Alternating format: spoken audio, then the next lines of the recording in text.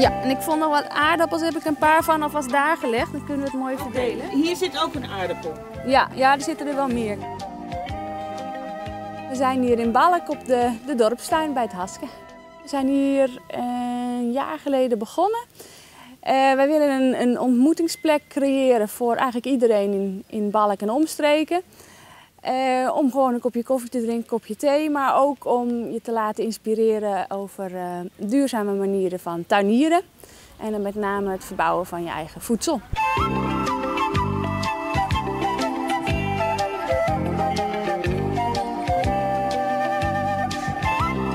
Eén keer in de week dan komen we bij elkaar om 9:30 en dan gaan we aan de slag. En dan houden we het bij.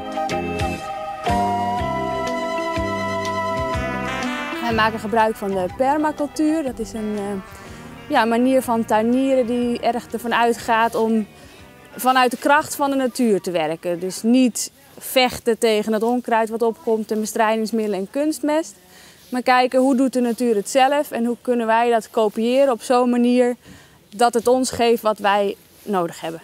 Het is vandaag een goede dag om wortelgewassen te planten volgens de maankalender. En niet zo dat die nou voor ons heilig is, maar we proberen het uit om te kijken of dat werkt. Ik dacht, dan kunnen we er ook nog wat spinazie tussen strooien. Ja. Dat blijft mooi laag. En spinazie zit ook op dat bedje. Ja, klopt. Ja. We hebben nog heel veel over.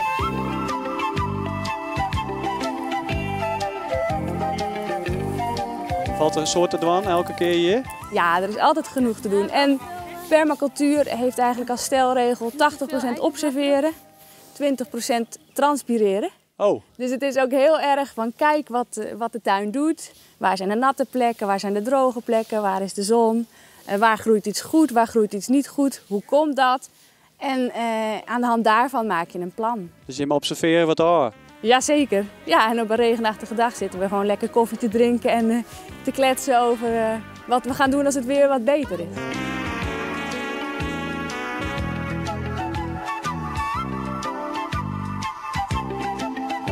En nou jij dat je voor 80% observeerd wordt en 20% transpireert. Maar weet je al wat transpireert of hoe zit dat? Ja, ik heb het wel warm, ja. Maar komt dat door het werk of door de camera? Nou, allebei. Allebei. Persoonlijk vind ik het wel een beetje een missie om goed voor de aarde te zorgen. Ja, ik heb toch echt wel het idee dat dat hier van de opdrachten is om hier even een dankjewel te zeggen van dat we hier binnen. Het kan niet anders. We moeten samen. Ja. Hoors. Wat zou ik zeggen? Dan maken we de aarde ziek en dan worden we zelf ziek. En het moet juist door ons man, dat we de aarde gezond hebben en die ons weer gezond spul brengen. En dan houdt hij ons gezond. Bewust omgaan met de dieren. Ja, dat is in mijn beleving erg belangrijk. Om ons helpen in de dorpstuin.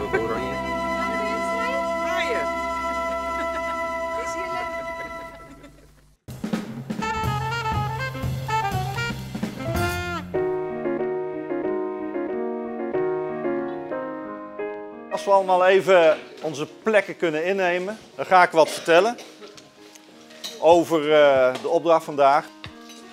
Jullie hebben allemaal zwarte en witte en grijze dingen meegenomen. Daar maken jullie een compositie van, een opstelling.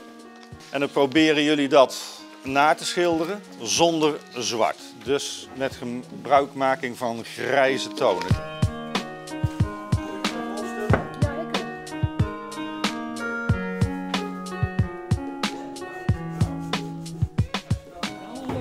We zijn hier bij de Schildersclub Met Verven.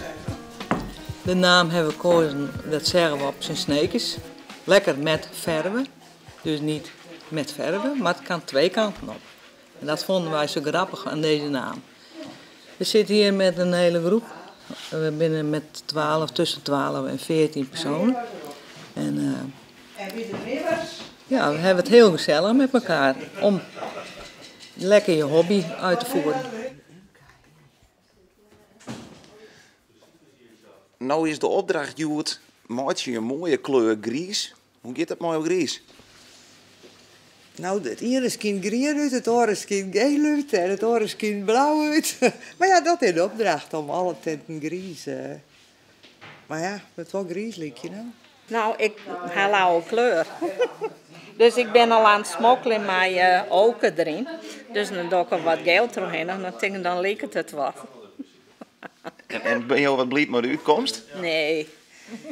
Ik wil, als ik mijn zin in, dan denk ik samen abstract doorheen. Helemaal vernielen en dan er wat oor doorheen. Hier is even een liets probleempje. Wat wie er aan de hand? Nou, ik wil de vermenging van de verf net helemaal voor elkaar krijgen. Dus dan heb ik het opperhoofd maar even ophalen en even vragen van welk verkeer hierin. Hebben je wat dat ongeveer een goede docent? Geweldig. Geweldig, ken nog wat beter. We hebben een hele goeie. Jacobus Dijkstra. En nu hebben we dus Gert-Jan Zwartboom. En ja, ze zijn beide meesters. Hè.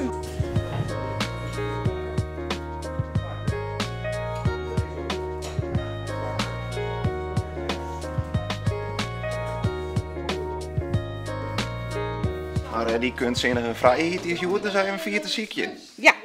Ja, maar als je eenmaal zo voort bent, dan kan ik zo wel stiekem wat doorheen doen. Jij komt het op deel. Je doet even kreeg voor de camera en naast het flats. Nee, voor de opdracht. Voor de opdracht, dan heb ik mijn opdracht in.